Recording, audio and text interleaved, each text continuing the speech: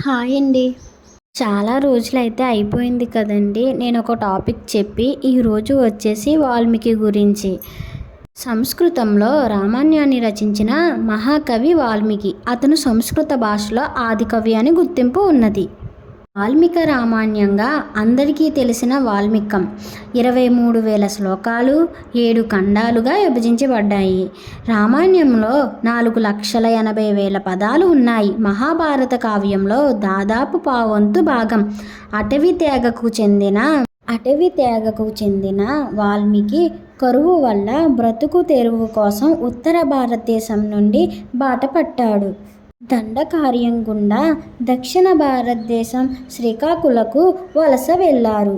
మార్గం మధ్యలో వివిధ ప్రదేశాలలో ఉంటూ అడవిలో ఆకులు దుంపలు తింటూ విశ్రాంతి సమయంలో రామాయణాన్ని కావ్యాన్ని దేవనాగిరి లిపిలో రాశారు. శ్రీలంకలో తన రామాయణాన్ని యుద్ధకాండంతో ముగించాడు వాల్మీకి. వీడియోస్ కానీ నచ్చితే సబ్స్క్రైబ్ చేసుకోండి.